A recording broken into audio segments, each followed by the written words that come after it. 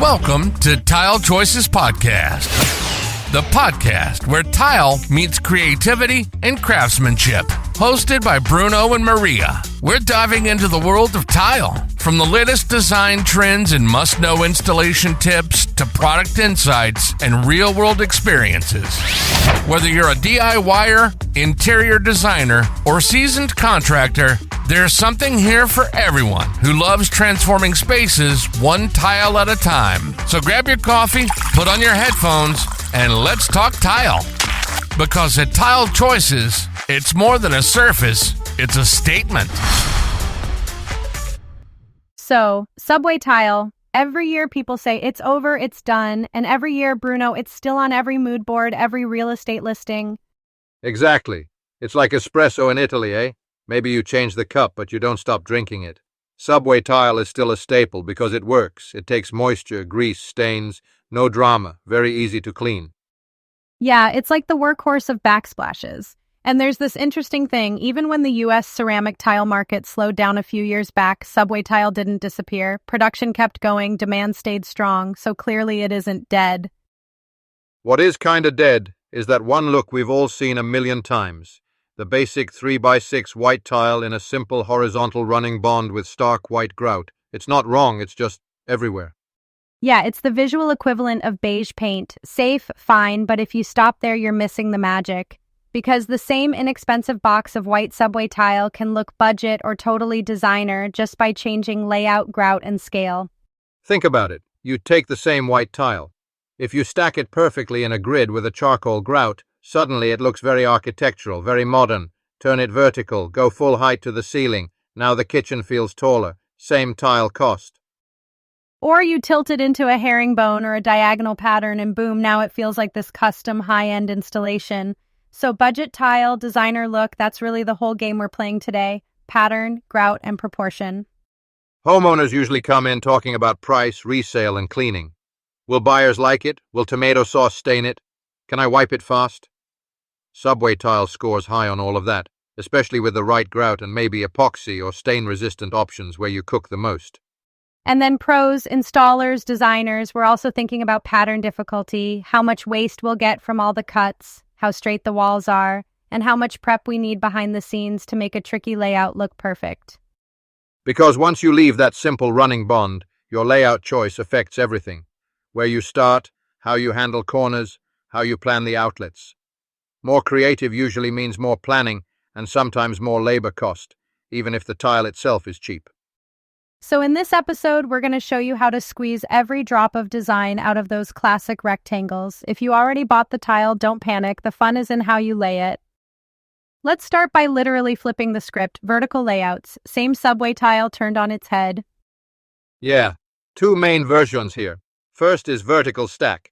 Tiles lined up in perfect columns and rows, all the joints continuous, very clean, very modern, very... And the other is vertical running bond, where they're still vertical but staggered like a brick pattern, just rotated 90 degrees, so you get that familiar offset, but the lines are shooting up instead of across. Both of these pull your eye upward. They kinda stretch the wall. In a galley kitchen, or a space with low ceilings, that is gold. The wall feels taller, less like a tunnel. Design-wise, I love running subway tile all the way to the ceiling with vertical layouts, especially behind the range or on a sink wall with no uppers. You really get that architectural feeling, almost like a tiled feature wall instead of just a backsplash. With flat panel, modern cabinets, and minimal hardware, a vertical stack is super sleek. Think narrow joints, maybe a contrasting grout so you see that graphic grid. It plays really well with waterfall counters and simple lines. If you have more detailed or traditional cabinetry, shaker doors, crown molding, you can still go vertical, but I'd usually soften it, maybe do a vertical running bond instead of a rigid stack, and keep the grout closer in color so it doesn't fight the cabinet detail. Now, installation-wise, vertical stack is unforgiving. Every line has to be dead plumb. Any tiny deviation, you see it. So wall prep and a good level are non-negotiable. For a DIYer who's patient, it's doable, but you can't rush it. Vertical running bond hides little sins better because the joints are staggered, but you still need solid alignment. And outlets, oh my gosh, outlets can really break the rhythm if you don't plan around them. Yes, Before you set a single tile, you want to dry lay your pattern and see where those outlet covers will land. Sometimes you nudge the starting line a bit to avoid a skinny little sliver right at an outlet. Those tiny cuts scream amateur. If your walls are wavy or the layout goes up to the ceiling and around a hood, that's where I'd say, call a pro. The tile itself may be inexpensive, but the look depends on clean lines. A professional installer who's used to vertical patterns can save you a lot of frustration and weird cuts you'll regret later. Now let's talk about the drama queen of subway layouts, herringbone. Same little rectangles, big personality. We have a few flavors here. Classic herringbone is at 45 degrees. Each tile meets another at the end, forming that zigzag, V-shaped pattern. It's been around for centuries. Floors, brickwork, very timeless. Then you've got straight or 90-degree herringbone, where the tiles meet at right angles, but the whole pattern sits square to the wall, not on a diagonal. It feels a bit more orderly, less on the diagonal, but still very patterned. And mini herringbone uses smaller tiles, like 2x4 instead of 3x6, so you get more repeats in the same space. Perfect if you want texture and detail without huge swoopy zigzags. Where to use it? In a big kitchen, doing every wall in classic 45-degree herringbone can be intense. Gorgeous, but intense. So one strategy I love is the range-only focal panel. You keep the rest in a simple layout, then inside a defined rectangle behind the cooktop, you switch to herringbone. Exactly. That way your labor cost bump is limited to that feature area. Herringbone takes more cuts, more layout time, so an installer will usually charge more for that pattern versus a simple offset. Mini herringbone is great for smaller kitchens or bar nooks because the scale feels more delicate. And straight 90-degree herringbone looks amazing from counter to ceiling on a single wall, lots of movement, but still aligned with the cabinetry grid. If you DIY, layout is everything. Most pros start from the center of the focal wall and work out, so you don't end up with a strange half chevron stuck in one corner. You dry lay, find your center, snap a reference line, then build from there. And you really want to plan your cut strategy at edges and corners. Pre-cutting the corner pieces where the pattern wraps can save your sanity. Don't just wing it row by row or you'll discover a mess when you hit the edge. On grout. If you use a strong contrast, like white tile with dark grout, every zigzag pops and the whole thing reads very busy. If that scares you, pick grout that's close in color, so the herringbone shows up more as texture than a bold graphic. And if your budget is tight but you really want that look, do the feature panel trick, herringbone just behind the range, simple running bond or stack everywhere else. You still get that designer focal moment without paying for complex labor across every inch. Okay, staying in the angles family, let's move to diagonal offset and chevron, two cousins that people mix up all the time. Diagonal offset is basically your standard brick pattern, but tilted. You can run it at 45 degrees, sometimes even at 30. And the joints still step like a running bond, just on a diagonal. It creates a nice sense of movement across the wall. Chevron, on the other hand, is when the tiles form perfect arrows, pointed V's. Either the tiles themselves are cut at an angle so they meet in a straight seam, or your installer cuts those angles from rectangles. That's more precise, more formal. Both are great for making a small kitchen feel more dynamic. A diagonal pattern pulls the eye from corner to corner instead of straight across, which can make a narrow or short wall feel a little wider and longer at the same time. I like diagonal behind the range a lot. It instantly says somebody thought about this. Or you can do a diagonal feature band, for example, a horizontal stripe of diagonal tile running through an otherwise simple layout. In an open concept kitchen, one accent wall in diagonal or chevron can act almost like art, especially if you run it from counter to ceiling. The backsplash becomes this architectural backdrop instead of just a strip behind the counter. Now, cost and complexity. Diagonal means more cuts at the edges, always. Corners, under cabinets, at the counter line, you're trimming tiles at angles so waste goes up. Chevron is even fussier because those angled joints need to line up perfectly to look right. Yeah, and the overall cost of installing a backsplash can vary a lot, but when you choose a more complex diagonal or chevron pattern, you're definitely adding labor. You're paying for time, for precision, and for that extra 10-15% of tile most people order for waste anyway, sometimes more with diagonals. For me, diagonal offset is a smart upgrade when the kitchen is simple but you want it to feel special. Maybe you're using an affordable ceramic and you want movement instead of fancy materials. Chevron I'd reserve for smaller areas or very intentional feature walls so it doesn't overwhelm. If the room already has a lot going on, busy countertops, strong cabinet color, bold hardware, then a full chevron everywhere might be too much. In those cases, I'd use diagonal or chevron just in one zone and keep the rest calmer. Let's switch gears and talk about patterns that actually calm things down: stacked grid and basket weave. Stacked grid is simple. You line the tiles up, either all horizontal or all vertical, so joints line up in straight lines both directions. No offset. Horizontally stacked feels very modern and minimal. Vertical stack we already talked about as a height trick. Basket weave is more of a classic, softer pattern. You're usually grouping a couple of tiles together, two horizontal, then two vertical, so it looks like little baskets woven together. It has movement, but it's gentle, not loud. If you have a contemporary or industrial kitchen, flat panel cabinets, maybe stainless or black hardware, stacked grid is perfect. Especially with a contrasting grout, it creates this graphic grid that feels almost architectural. In farmhouse or traditional spaces, I'm more likely to suggest a running bond, basket weave, or maybe a softer diagonal. Those patterns echo brickwork and older tile work, so they feel at home with shaker or detailed cabinets and warm woods. Grout makes a huge difference here. With stacked grid, thin grout lines and a matching color make the wall feel very calm, almost monolithic. Bump up the contrast and thickness, and suddenly every tile becomes part of a graphic pattern. Same for basket weave. If you keep grout close to the tile color, the weave reads as texture. Add more contrast and the pattern jumps out. It's a nice way to control how busy or quiet the wall feels. Finish matters too. Flat, non-beveled tiles in a stacked grid look sharper, more minimal. Beveled edges or hand-glazed, slightly wavy tiles will soften the look even if the layout is modern. Glossy finishes bounce light and show the pattern more. Matte or satin finishes feel calmer and hide little imperfections. So when do we recommend stacked grid to a client? For me, when they say I like clean, simple, modern, or they have bold cabinets or countertops, and they don't want the backsplash fighting for attention, it's a great backdrop pattern. If someone loves classic, cozy farmhouse or has a lot of traditional trim, I'd steer them more toward running bond, diagonal, or basket weave. They still get interest, but the language matches the rest of the room. And remember, you can mix strategies, maybe stacked grid in most of the kitchen, then a basket weave or different layout just behind the range. You don't have to pick one pattern and plaster it everywhere. Now we're getting into the really fun custom territory, mixing sizes and even mixing patterns. Yeah, modular layouts. You can combine 2x4, 3x6, 4x8 tiles, different rectangles that all belong to the same family. You repeat a little module that fits together, and that module becomes your pattern across the wall. You can go very organic, almost random, or you can plan a strict repeating sequence. For example, two 2x4s stacked above a 4x8, then a 3x6 turned vertical as an accent. Once you lock in that block, you just repeat it like wallpaper. You can also sneak in accents, like small squares or thin liner tiles, to create borders, frames, or a stripe that runs through the field.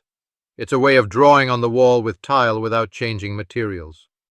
The key to keeping all this cohesive is restraint. Stay in one color family, all warm whites, all soft grays, or different shades of the same blue. If you start mixing a bunch of colors and sizes, it can feel chaotic really fast.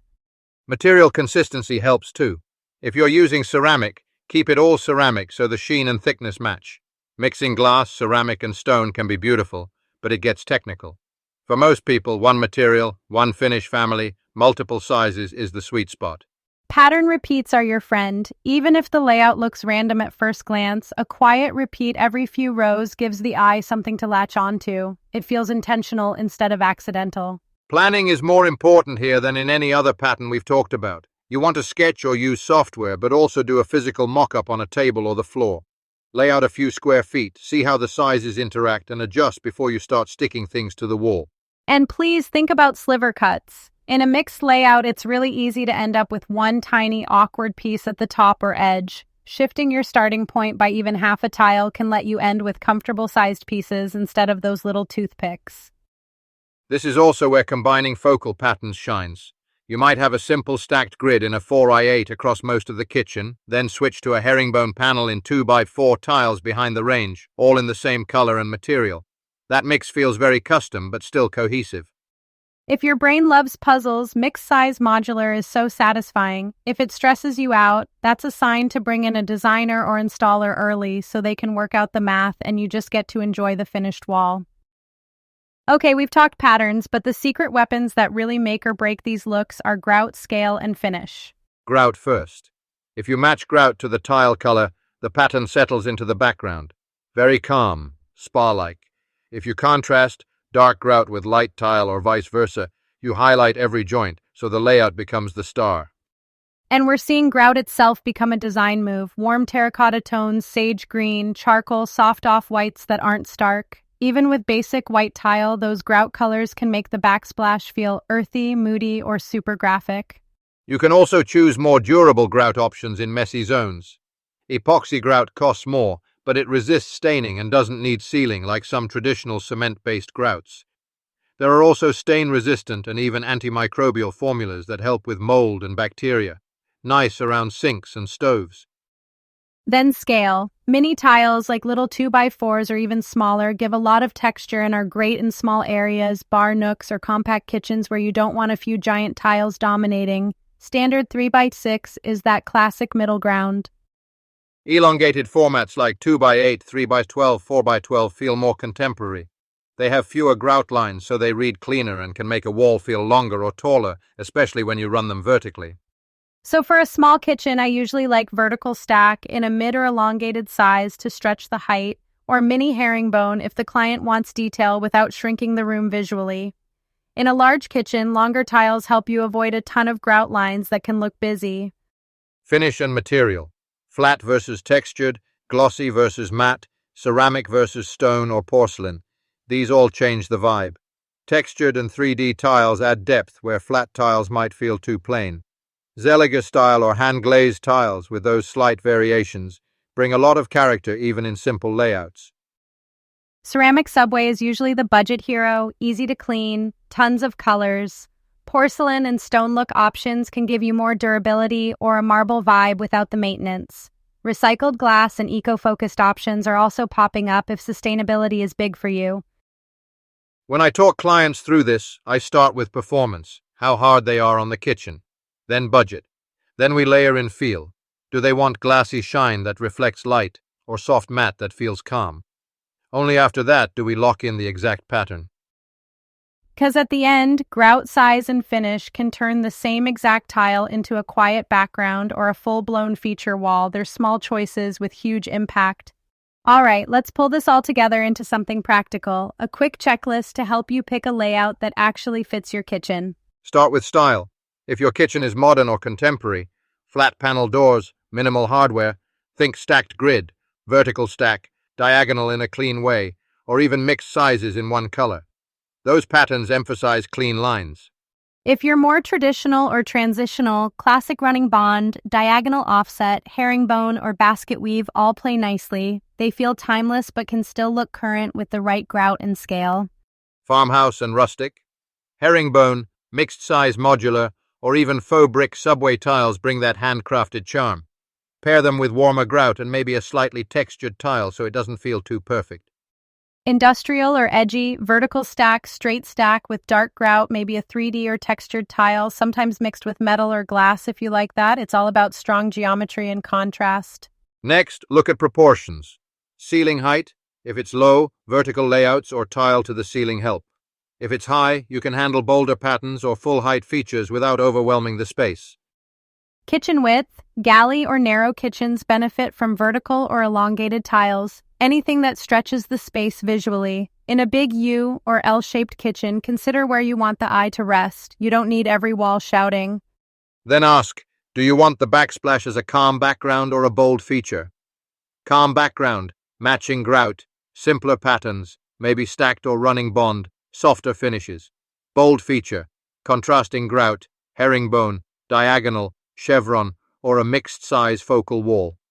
And remember, you can mix. A lot of designers will keep most of the kitchen in a simple layout, then switch to a different pattern behind the range or in one niche. That's a smart way to control cost and keep the look from feeling busy. So your mini checklist, style, proportions, focal areas, then decide calm versus statement. Once you answer those, The right patterns we talked about today kinda sort themselves. Subway tile is not boring, it's just familiar. The magic is seeing those familiar rectangles in a new way, with pattern, grout, and scale doing the heavy lifting instead of the price tag. Exactly. So before you give up and say, it's just basic subway, try sketching a vertical stack, a herringbone panel, or a modular mix. You might realize you already own a very custom backsplash, you just haven't laid it yet. If you're listening and you're stuck between two layouts, use what we covered as a filter. Look at your cabinets, your ceilings, your counters, decide where you want attention, and then choose the pattern that supports that story. And hey, send us your before and after backsplashes. I want to see these brave grout choices, terracotta, sage, all of it. Yes, we'll keep diving into finishes and other surfaces in future episodes, but for now, go rethink that basic subway tile. Grazie for hanging out with us. Thank you, everyone. Ciao, Maria. Ciao, Bruno, and ciao to you all. We'll talk to you next time. Thanks for tuning in to Tile Choices Podcast, your go-to podcast for everything tile. If you enjoyed today's episode, be sure to subscribe, leave us a review, and share it with your fellow tile lovers. Got questions or a topic you'd like Bruno and Maria to cover? Visit us at tilechoices.com or connect with us on social media.